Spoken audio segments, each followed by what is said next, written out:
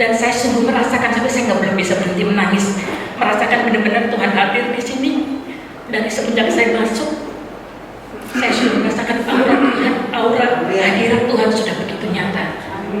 Dari saya masuk, melihat teman-teman berlatih ujian, sungguh luar biasa. Saya sampai nggak bisa berhenti. Nah, Bapak Ibu, mungkin belum ada yang mengenal saya, mungkin ya tak kenal maka tak sayang. Jadi izinkan saya memperkenalkan diri, nama saya Yeni Pantau, saya dari Perduki Selatan 2 ya. Ya, saya dari Perduki Selatan 2 dan saya sudah menikah, dikaruniai ya. Saya dikaruniai 3 orang putra dan 1 orang cucu ya, menantu 2. Dan saya juga bergabung di dalam pewarta dan pengajar di Sekinah bersama Sis Lidiana. Puji nama Tuhan, kita pada malam hari ini diizinkan untuk bertemu Bapak Ibu. Dan pada malam hari ini, tema yang diberikan oleh saya dari Sis Lidiana adalah sesuai dengan materi Kombas ya, minggu yang pertama, yaitu hidup dalam berkat kasih-Nya itu adalah suatu pilihan. Nah, mari bersama-sama pada malam hari ini kita akan merenungkan satu tema ini ya. Nah, Bapak Ibu, seperti yang kita ketahui sebelumnya ini, COVID merajalela, betul nggak? Membuat kita menjadi khawatir, ya, membuat kita menjadi khawatir. Belum ada banyak bencana alam yang terjadi ya. Ada banjiran di mana-mana, betul ya. Beberapa hari yang lalu ya, kalau nggak salah minggu lalu ada di Bandung ya, Sis. Angin tornado ya. Nah, kemudian ada juga pembunuhan, ada kekacauan di sekitar kita ya, ada banyak kelaparan juga.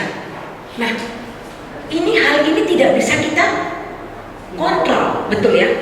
Tetapi yang terjadi pada diri kita ini dekat-dekat di sekitar kita, juga ketika kita mengalami usaha kita mengalami bangkrut mungkin ya, kita ditipu orang, atau mungkin kita kehilangan pekerjaan.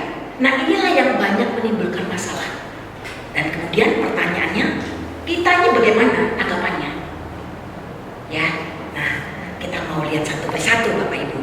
Dan di malam ini kita akan bersama-sama merenungkan satu kebenaran firman, yaitu Filipi 4 ayat 4-7. Boleh ada yang bantu? Silakan dibaca.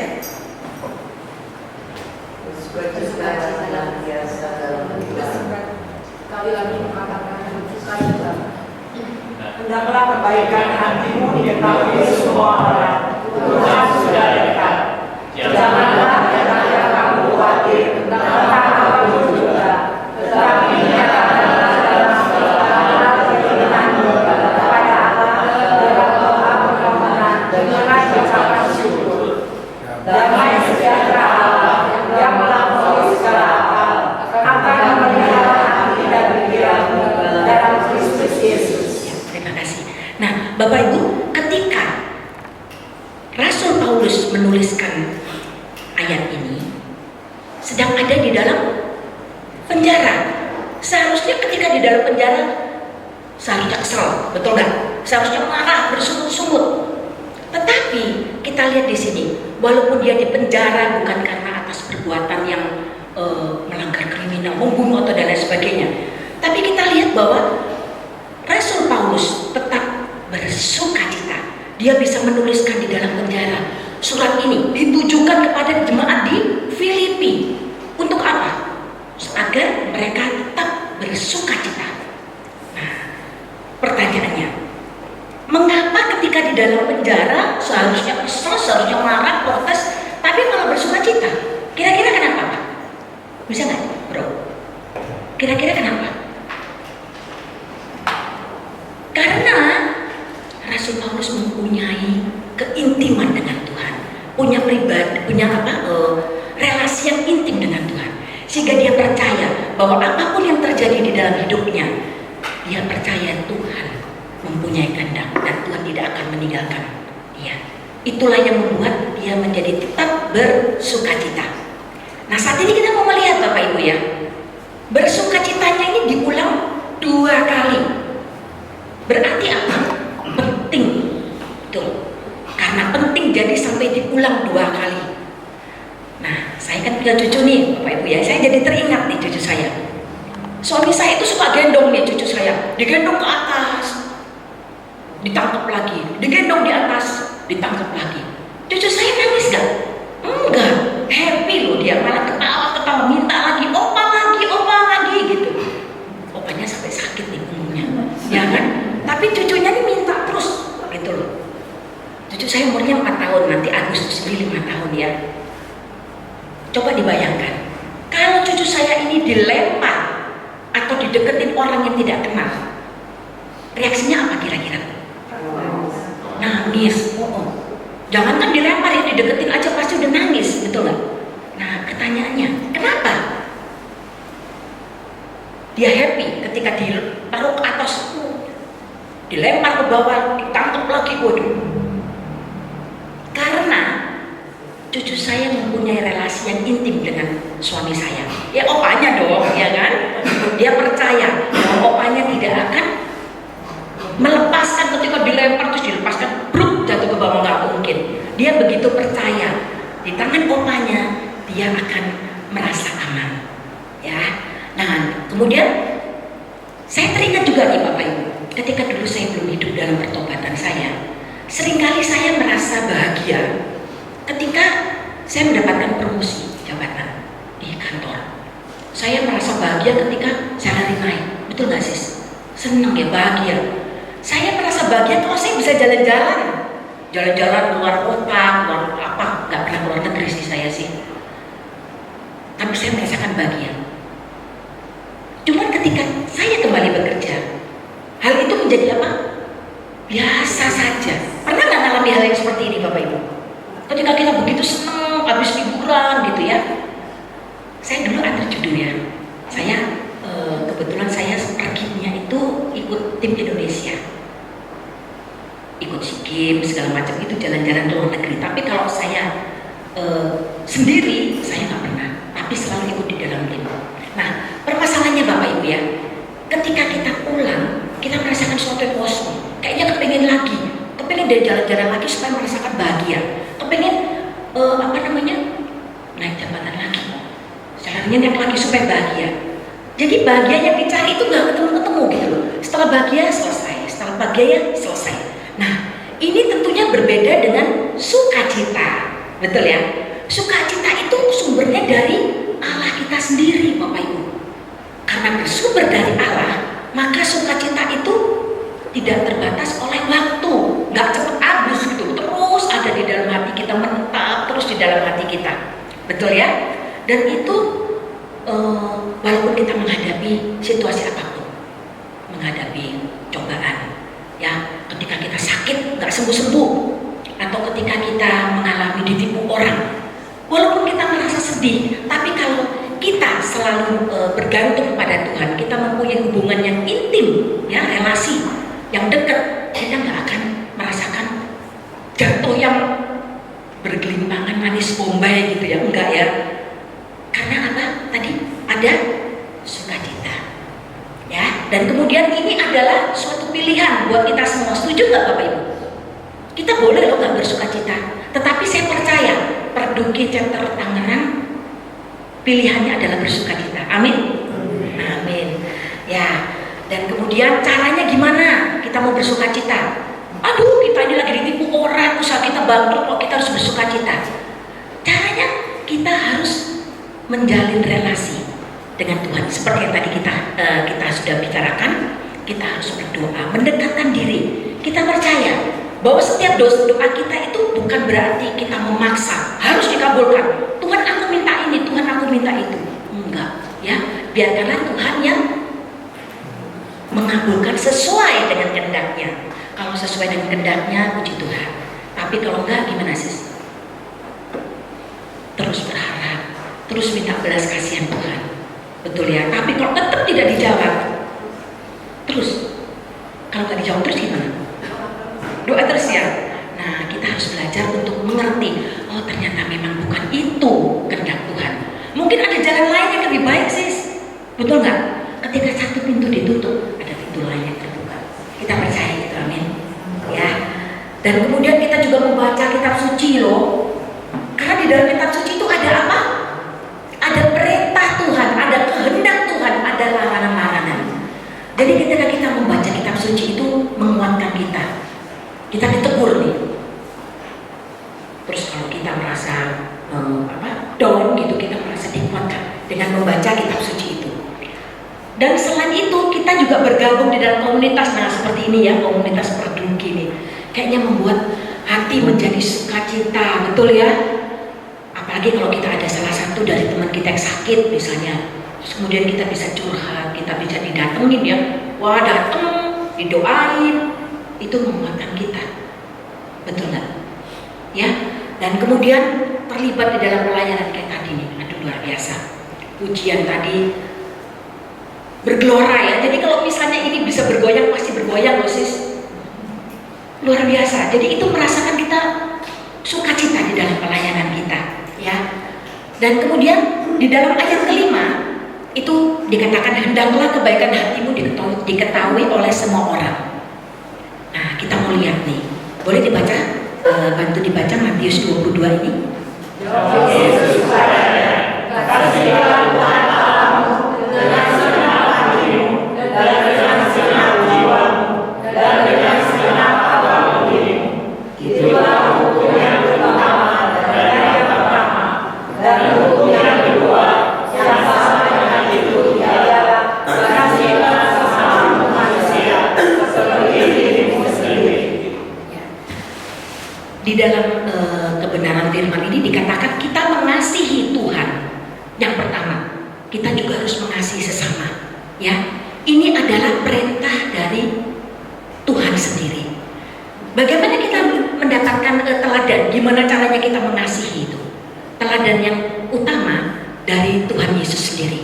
Ya, di mana Tuhan Yesus itu mempunyai hati, ya, hati dan tindakan yang penuh belas dan kasih.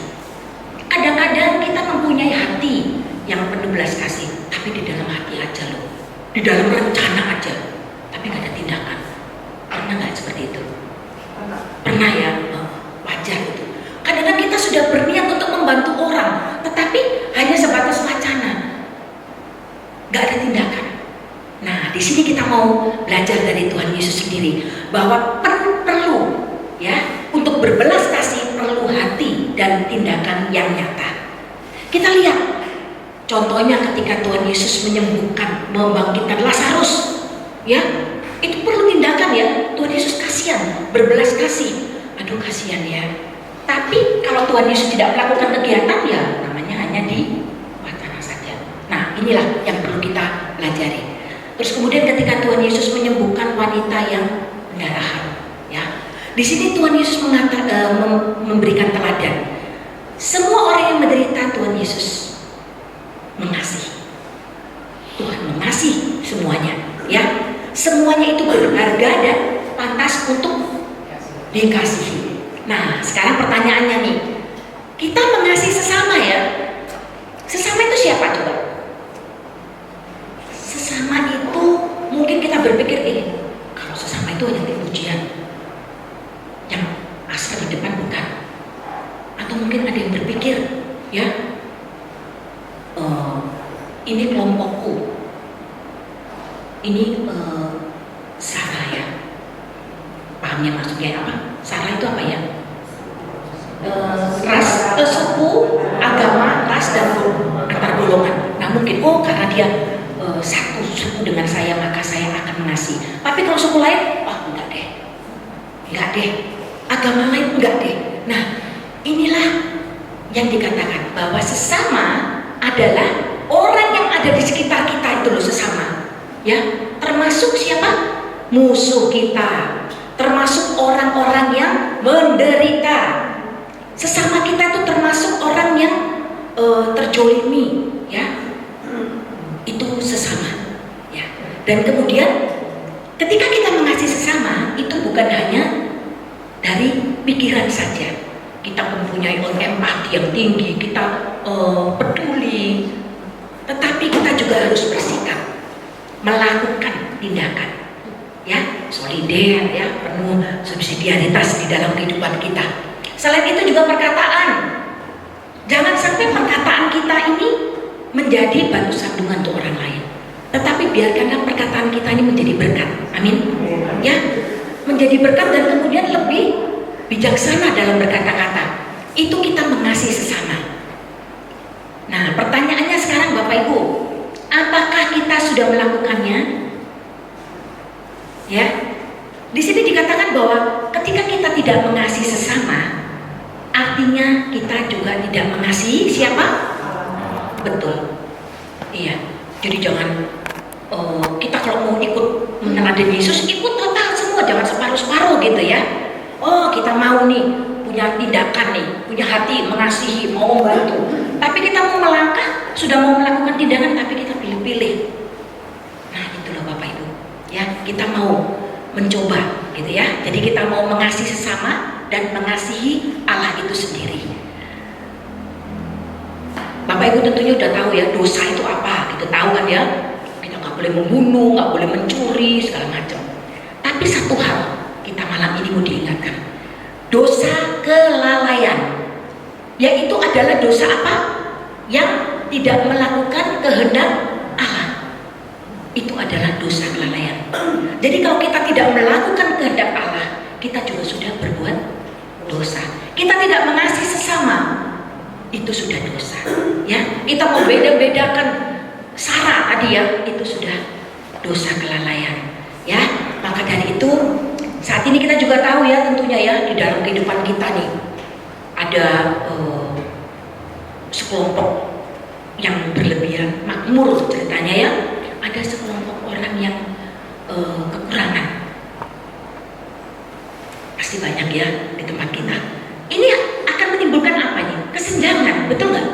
Jurangnya semakin lebar. Ini orang kaya, ini orang miskin. Ini orang yang mempunyai high class, yang di sini bawah-bawah banget. Nah, Bapak Ibu, kita harus berbangga menjadi umat Katolik. Kenapa? Karena di dalam masa Prapaskah ini, Gereja Katolik mengajak kita semua untuk apa? Mewujudkan kesejahteraan bersama, ya, melalui apa sih?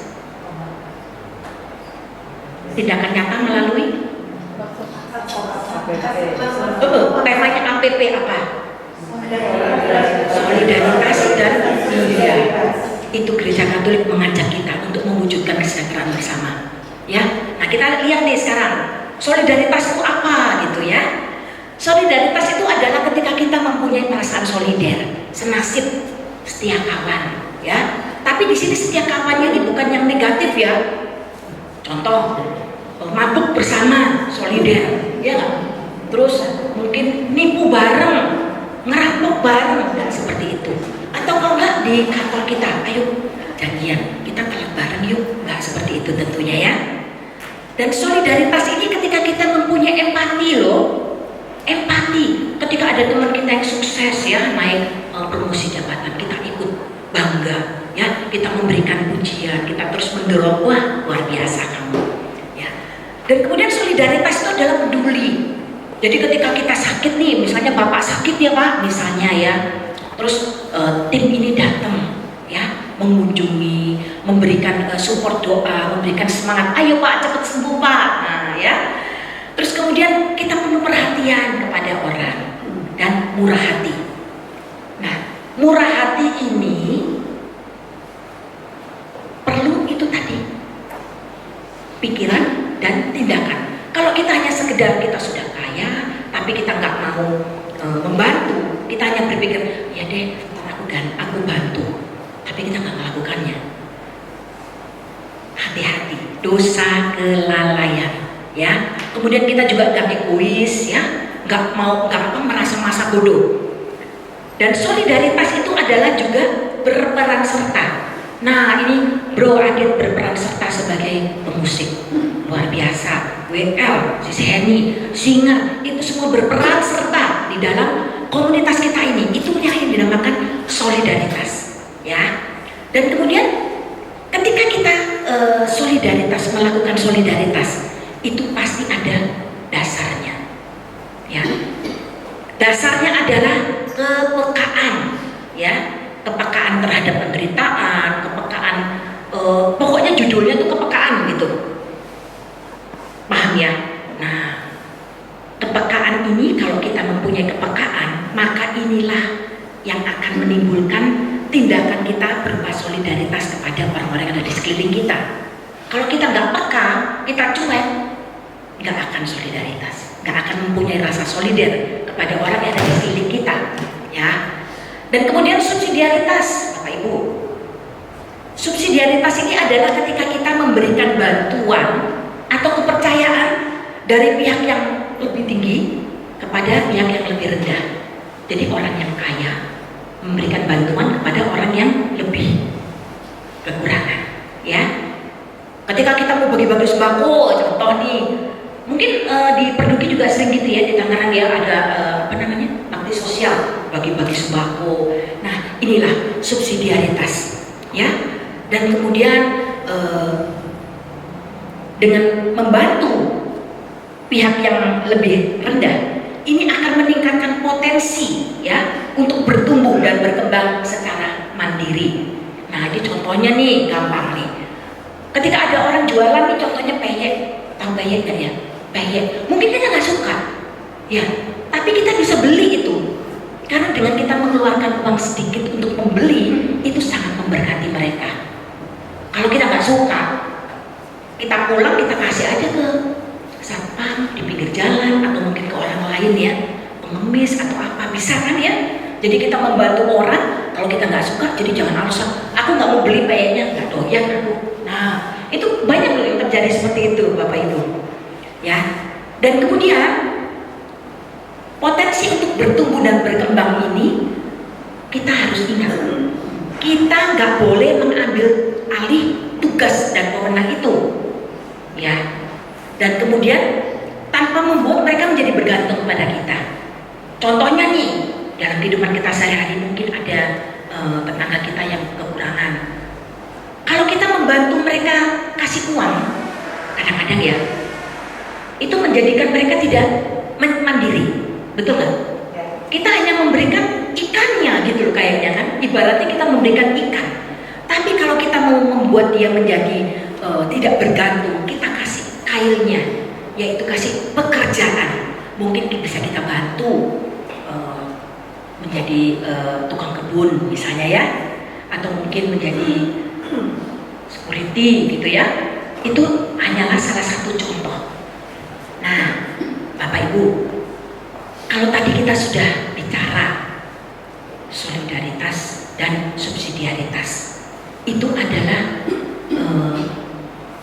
bisa terlaksana kalau kita mempunyai kepekaan, ya, kepekaan untuk berbuat baik, untuk mengasihi sesama dan sesuai dengan kehendak Tuhan sendiri, ya kan?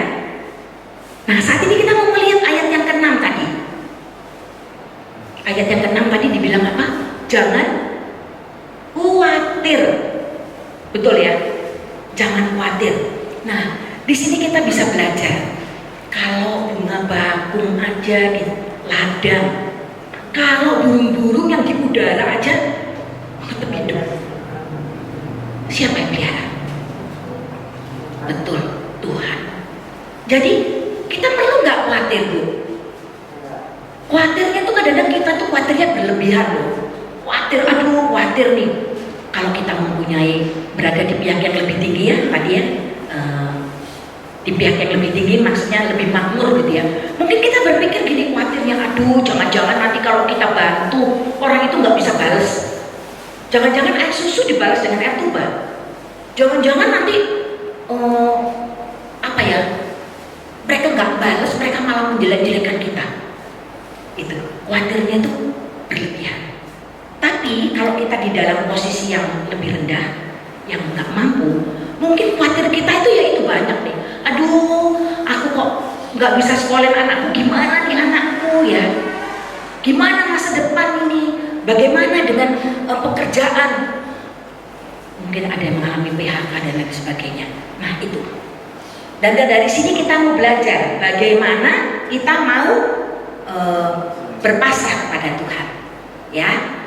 Dan ada yang cukup memberkati saya, ya. Allah mengasihiku dan kasihnya cukup bagiku. Artinya, jadi ketika kita merasa khawatir, kita belum dapat ini, belum dapat itu, bagaimana masa depan kita, bagaimana sakit kita gak sembuh-sembuh. Nah, ini pegangannya ini nih. Allah mengasihiku dan kasihnya itu cukup bagiku. Karena apa? Karena kalau kita merasa cukup itu relatif loh. Mungkin cukupnya sis beda dengan saya. Sis sudah merasa cukup, saya merasa belum. Jadi itu sangat relatif, ya. Dalam arti apa? Kita nggak boleh serakah, ya. Kita nggak boleh nih membanding-bandingkan tetangga, mami, oh salah, sorry, papi, tetangga sudah punya mobil baru loh. Kita kok belum sih? Nah, kadang-kadang sering terus kita seperti itu, Bapak Ibu. Kita membanding-bandingkan, kita tidak mencukupkan diri dengan apa yang kita terima. Pemikiran kita hanya apa? Yang belum kita terima. Tapi yang sudah kita terima di depan mata, berkat yang sudah ada di depan kita lupakan. Itu loh.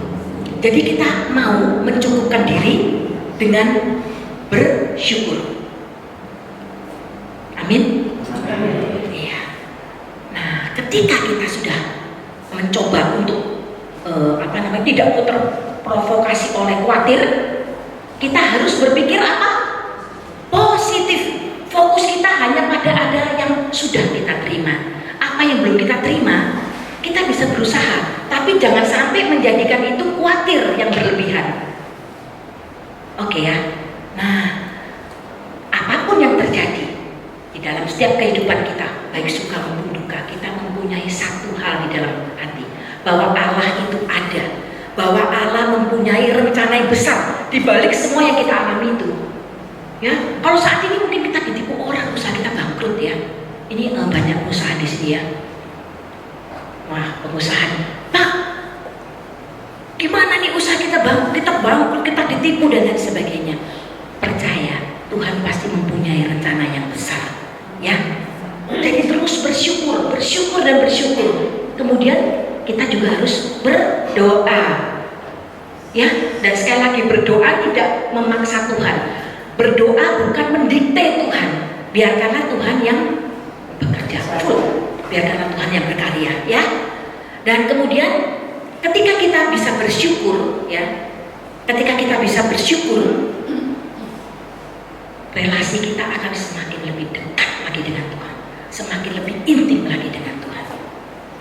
Kita percaya ada damai di dalam hati kita. Damainya Tuhan ini sama dengan sukacita ya, mirip-mirip ya. Jadi damai dan sukacita itu kalau di dalam Tuhan, itu artinya tidak lekang oleh waktu, tidak akan habis, selalu ada dan selalu baru setiap hari. Betul ya.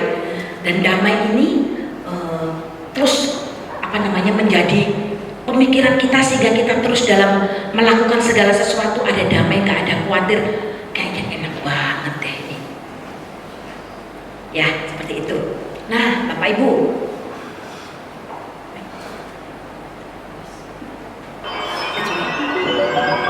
saat ini kita mau melihat nih Bapak Ibu ya. Saat ini kita mau melihat nih, ini ada film lama. Mungkin dari sebagian kita sudah melihat, tapi nggak apa-apa ya. Malam ini kita akan melihat lagi. Ya, bro.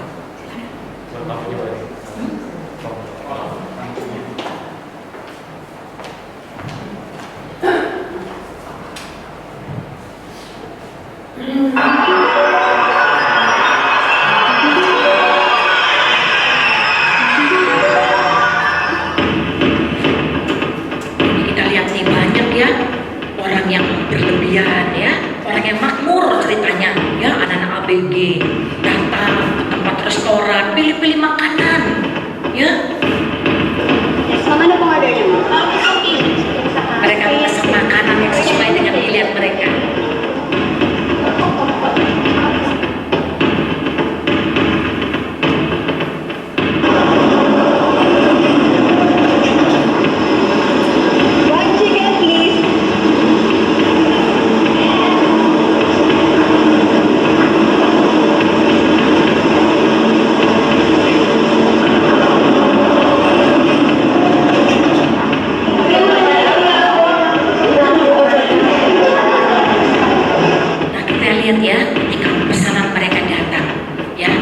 mereka mulai menikmati.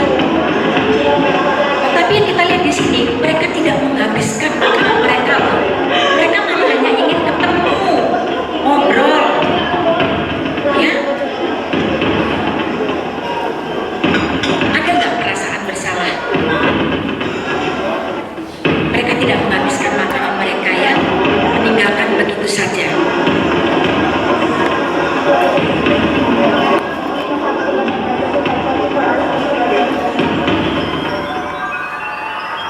Nah, sementara itu kita melihat ada seorang bapak-bapak, ya, dia sebagai pemungut sampah.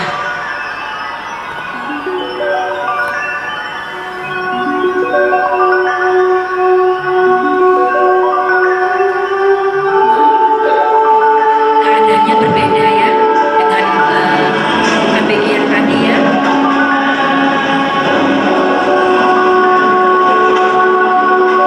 Bapak ini melihat sampah, ya, dan akan mengambilnya karena memang itu pekerjaannya.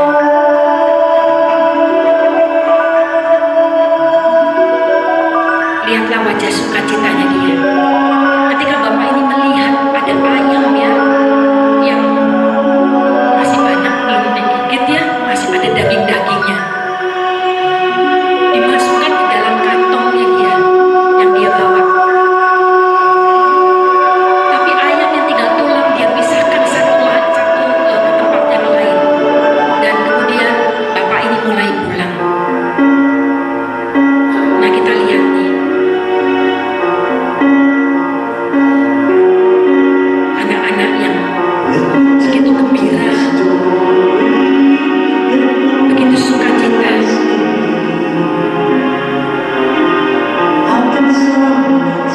Melihat membawa, ya, membawa makanan-makanan, mereka saling berebut.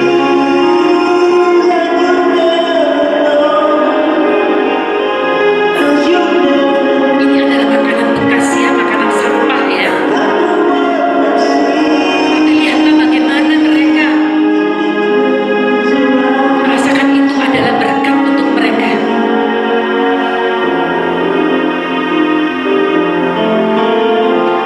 Dan ketika bapak ini pulang ke rumah, ya, dia sudah disambut oleh istri dan anak-anaknya.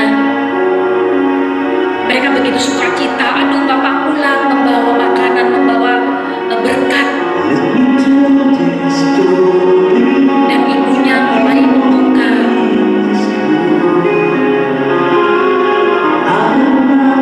dan membagi-bagikan kepada anak-anaknya.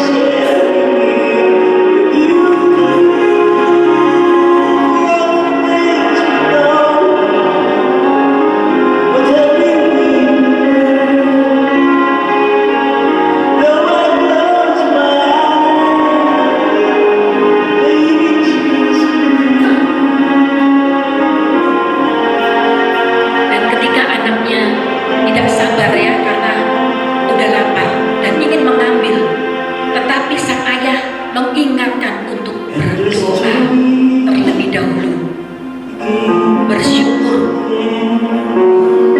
Walaupun itu adalah makanan sisa-sisa, makanan bekas orang, tapi tetap mereka menganggap bahwa ini adalah berkat dari Tuhan.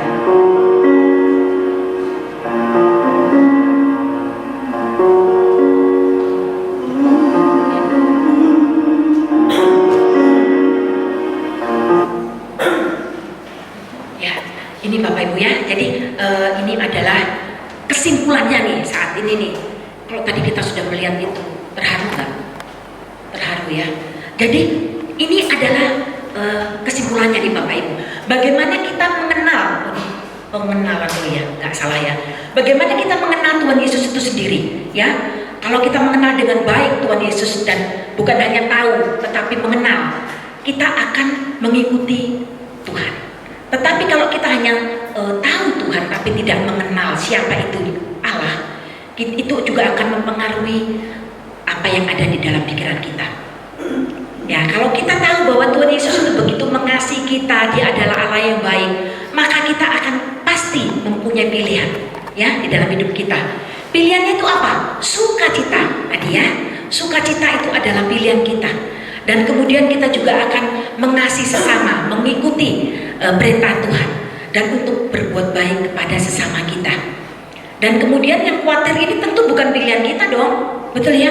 Kita nggak mau khawatir, karena rasa khawatir ini bukan orang yang percaya kepada Tuhan.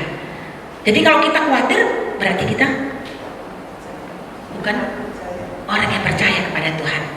Oke, 10 menit lagi ya. Dan kemudian kita diingatkan untuk merasa cukup. Tadi kita sudah tahu ya, kita merasa cukup bahwa ini adalah nggak boleh membandingkan dengan orang lain. Apa yang kita punya kita cukupkan dan kita syukuri, sehingga kita merasa mampu untuk mengucapkan syukur, ya. Dan ketika kita mampu untuk mengucapkan syukur, ada damai di dalam diri kita. Dan kalau ada damai di dalam diri kita, kita akan mampu untuk bersukacita. Kita akan mampu untuk terus pilihan kita ini akan kita lakukan, kita akan jalanin, ya. Dan satu hal Bapak Ibu, terakhir, kalau kita sudah diberkati oleh Tuhan, kalau kita sudah menerima berkat, malam hari ini sama-sama kita mau berjanji, kita mau menjadi berkat juga untuk orang lain. Amin. Ya, jadi jangan kita sudah terima berkat tapi berkatnya kita kekepin sendiri. Ya, kita sudah dapat berkatnya nggak mau untuk anak kita, untuk keluarga kita, orang lain nggak boleh. Nah, malam ini jangan sampai itu terjadi pada kita. Kita mau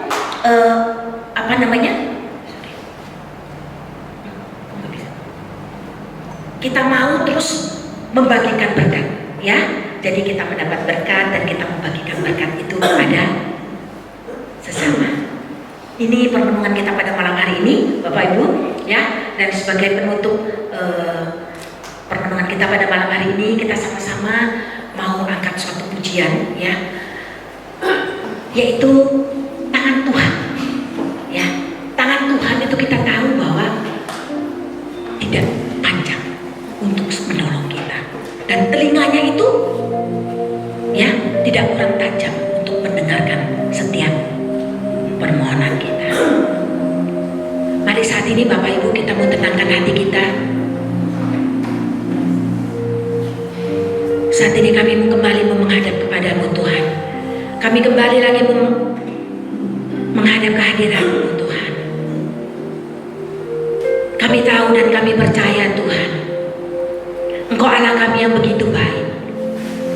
Engkau Allah kami yang selalu menyertai setiap langkah kami. Engkau Allah kami yang selalu setia, tidak pernah meninggalkan kami sedetik pun. Dan pada malam hari ini Tuhan, apapun yang terjadi di dalam setiap kehidupan kami, baik itu suka, baik itu duka Tuhan, satu hal kami mau percaya, itu semua terjadi atas izin Engkau.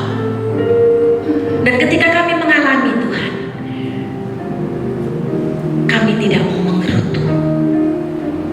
Kami tahu Tuhan bahwa pencobaan-pencobaan yang kami alami itu adalah hal yang biasa, tidak akan melebihi batas kekuatan kita. Terima kasih Tuhan, Engkau juga pasti menyediakan jalan keluar untuk setiap kami. Dan pada malam hari ini Tuhan, kami mau bersyukur di hadapan-Mu.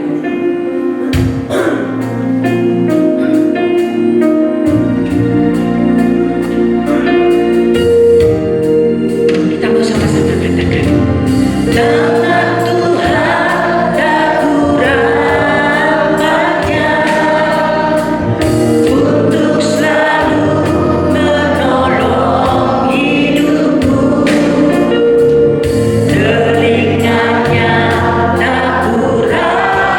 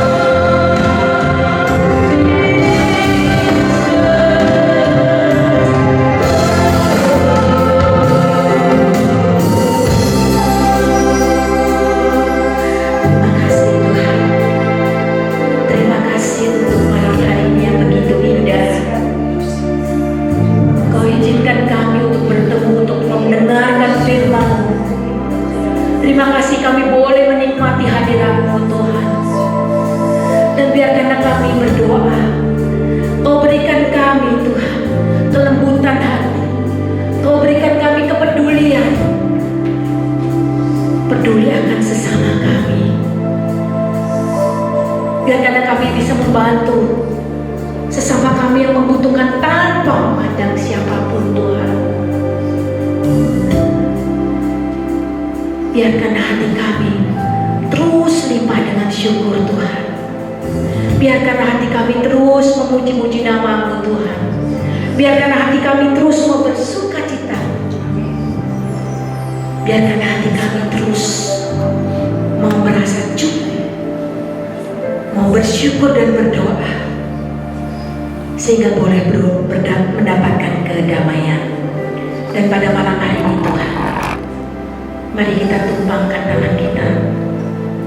Engkau melihat kotak yang ada di depan ini Tuhan, yang berisi permohonan-permohonan yang disampaikan oleh umat-Mu. Engkau tahu apa yang ada di dalam hati mereka Tuhan. Mungkin ada juga yang belum menuliskan, tapi Engkau Maha tahu. Engkau mengerti benar apa yang ada di dalam hati mereka.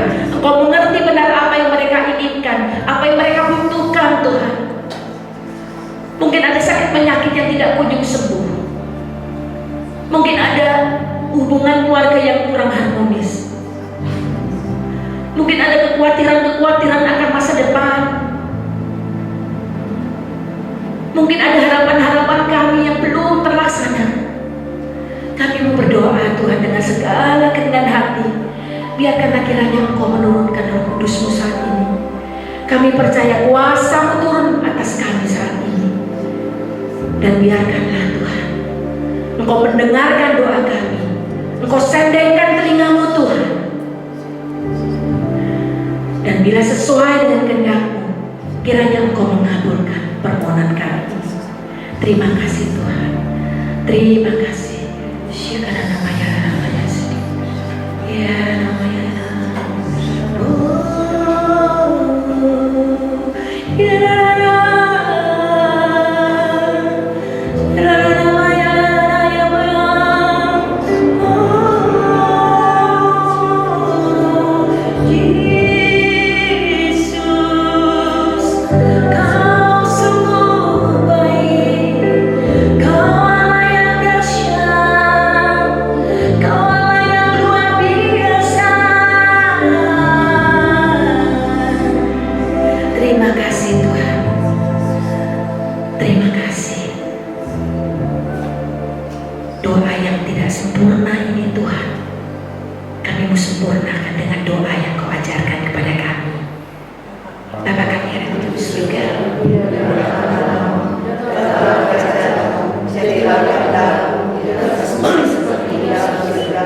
Berilah kami rezeki pada hari ini, dan ampunilah kesalahan kami, seperti kami pernah